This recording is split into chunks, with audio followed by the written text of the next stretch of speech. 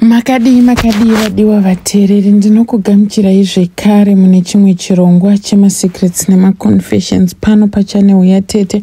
Zvisinei, regai tipinde straight mumaconfessions edu andauya nawo in this episode. Hi Aunty Mamo, please post for me. Chitupa changu ndokumbura kuti muvige. Tete, ini ndiri mudzimai ane makore 33 ekuberekwa. Ndakaroorwa anti, but yei, kuroorwa kwangu marriage yakaita zvekunetsa chaiko, because kumusha kwedu ndainge ndakatoudzwa kunzi inini handifanirwi kuroorwa. Murume ndakatopiwa kudhara, nditori naye kudhara, ende nemurume iyeye titori nevana, but chaindishamisa ndechekuti murume wacho inini handimuzivi, uyezve ainge ari murume wekuti haaonekwi. Saka kuti kusvika ndizoroorwa ndakatoita zvekuwana murume muchechi anova murume ainge achinamata.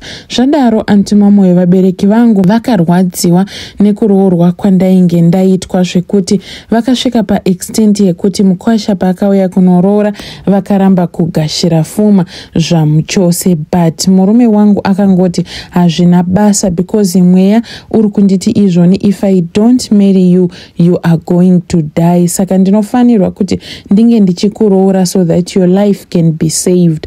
Aunty Mamo, ndakazosvika pakuenda kumurume wangu free of charge, vabereki vangu varamba kugamuchira pfuma. Then pavakazoona kuti ndainge ndiri serious about my marriage, ndipo pavakazotumira munhu vakati izvoni mukwasha ngaachiuya. Mukwasha ndokubva aendesa pfuma, ndokubva anobhadhara. Zvisinei, takabva tatanga kugara nemurume wangu, but painge pasina ukama, not even communication nevabereki vangu. Pega pega pavaindiona vabereki vangu vaingondiudza kuti unofanirwa kuti unge uchidzoka kumba iwewe. Then Aunty Mamo, inini kwakufunga kuti nezvandakaudzwa kunzi izvoni ndikaramba ndiri kumba kwedu I'm going to die, ndakabva ndazvipa ushingi. Ndakagara nemurume 2 years anti, no mwana. Then murume wangu akabva anditi let's not rush, zvichasvika pekuti zvichaita chete, God's time is the best. Now tarisa, vainge vasingadi kuti tive tese, but look, today we are together. I thank my handsome husband because aigara achindisimbisa. Zvisinei Aunty Mamo, ndakazongotiwo rimwe zuva ndakarwara zvandainge ndisinganzwisisi kana kuti ndiri kunyatsokunzwa chii chaizvo chaizvo. Ndakafugidziwa magumbezi matwin 15 ndichita kubvunda nechando, ndikaiswa murumu yainge ine hita, but chando hachina kubuda mumuviri. Ndipo pandakazoenda kuchipatara ndikasvika ndikatestiwa, everything was negative, kusara kwenhumbu. Ndakabva ndaudzwa kunzi ndainge ndiine nhumbu ndiine pamuviri. Then my husband was happy. We celebrated our pregnancy and we decided to keep it a secret. Tikazviudza kuti hatimboudzi munhu. Uyezve inini nemurume wangu we agreed kuti inini I will not visit my family until I give birth. Then zvakazoitika Tete kuti during my pregnancy kwakabva kwazoshaika imwe hama yepadhuze vanova Tete, hanzvadzi yababa, and I had to go for the funeral. Apa nhumbu yangu was only 4 months, yanga isati yakuonekwa zvayo zvekutodaro. Saka inini I just told myself kuti no, let me go to the funeral, because hazviiti kuti Tete vavigwe ndisipo, I have to go. Remember, kana neni pandiri pano ndichazofawo, hama dzangu dzinozokura mwera, because vanenge vakuti wairambidza mwana wedu kuuya kunhamo. I prepared, ndokubva ndaenda kunhamo kuya. Murume wangu didn't want to leave my side, akabva andiperekedza akanditi hande tese. Takapinda munzira ndokubva taenda. To my surprise, ndakati ndichisvika pamba, Aunty Mamo, ndakagamuchirwa nekapu yemvura nemuzukuru. Akasvika ndobva andipa kapu yemvura akati, oi gogo, kapu yemvura iyi in why? Then inini I just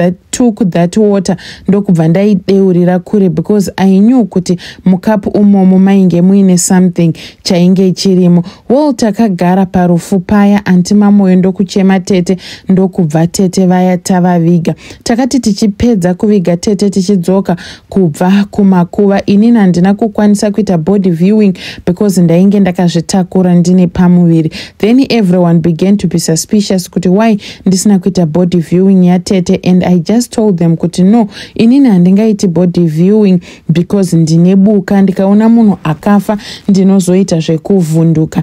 Then takati tichibva kumakuva ndakasvika ndokubva ndapiwa plate nemumwe munhu yechikafu, ndobva ndanzi idya chikafu ichi. Inini ndakaramba ndobva ndanhonga plate yangu ndobva ndaenda paline painge paine vamwe vanhu vainge varipo vachimirira chikafu ipapo, ndokubva ndangonotambirawo chikafu kubva pane vamwe, and they were very very angry. Ndakazoti ndichibvako ikoko antimamoyo ndichidzoka kumba kwemurume wangu ndakabva ndatanga kurwara non-stop tete, zvekuti ndakarwara kunosvika mu9 months dzese ndainge ndachenuruka, nzara idzi dzava dze-white, skin yangu yava ye-white, ndachenuruka ndisisina ropa zvamuchose.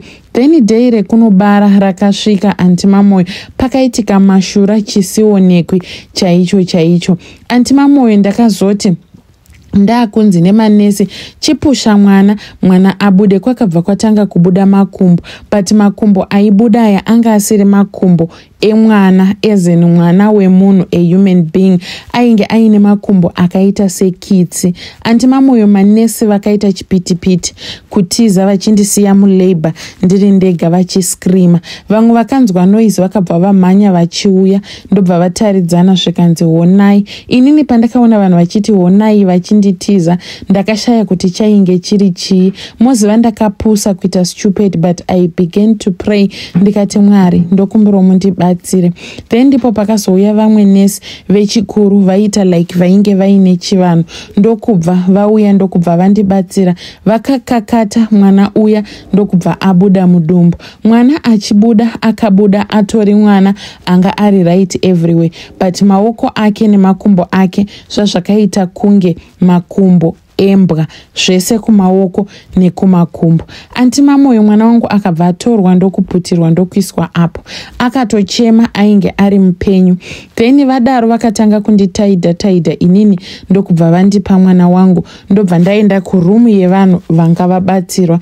Ndiri ikoko ndaiti ndikatarisa mwana wangu, pamwe pacho ndaimuona achichinja kuita zizi, pamwe pacho ndomuona odzokedzana oita mwana, pamwe pacho ndomuona fesi yake zvekare yachinja yaita fesi yezizi. But antimamoyo nekuda kwekuti ndaiziva background yangu kwandakabva, ndakangozviudza kuti andidi kudraw attention yevanhu, so that I will start to explain my story to everyone anenge asinei nekuti ange achinzwa nyaya yangu.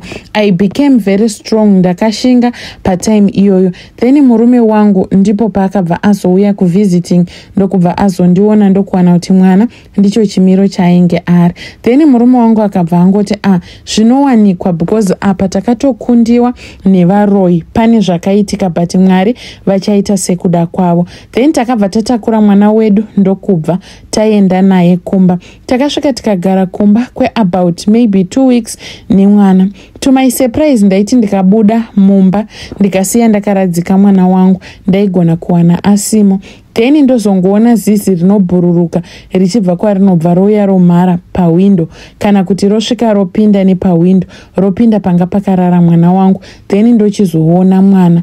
Antimamoyo ndakagara nechinhu chandainge ndisingazivi kuti munhu here, imhuka here, izizi here, chidhoma here, but ndanga ndisina zvekuita because semunhu akatakura mimba for 9 months ndikapinda mulabor ndikapusha, there is no way yandaikwanisa kuti ndinge ndichizodzvinya kana kuti ndichizorasa. Ndakangonamata ndikati Mwari kana ari madhimoni ari kunditeverera, ndinokumbirawo kuti mundiparadzanise nemadhimoni aya. Zvisinei antimamoyo mwana uya haana kuzomborarama time yakareba akabva azongofa. Mwana afa takabva tangonoviga as normal, but kubva ipapo pakafa mwana wangu tikamuviga ndakaita almost 2 years ndichingobleeda antimamoyo non-stop. Kutoedza kuenda kuchipatara kupi kwandaifungidzira hazvina kushanda. Apa at the same time mudumbu mangu mainge muchita kupfura muchitamba like mune mwana arimo. Pamwe pacho ndaitorota ndichitamba naye mwana uya atori munhu ava kutofamba but achichinja achiita fesi yezizi ombodzokedzana obva aita mwana.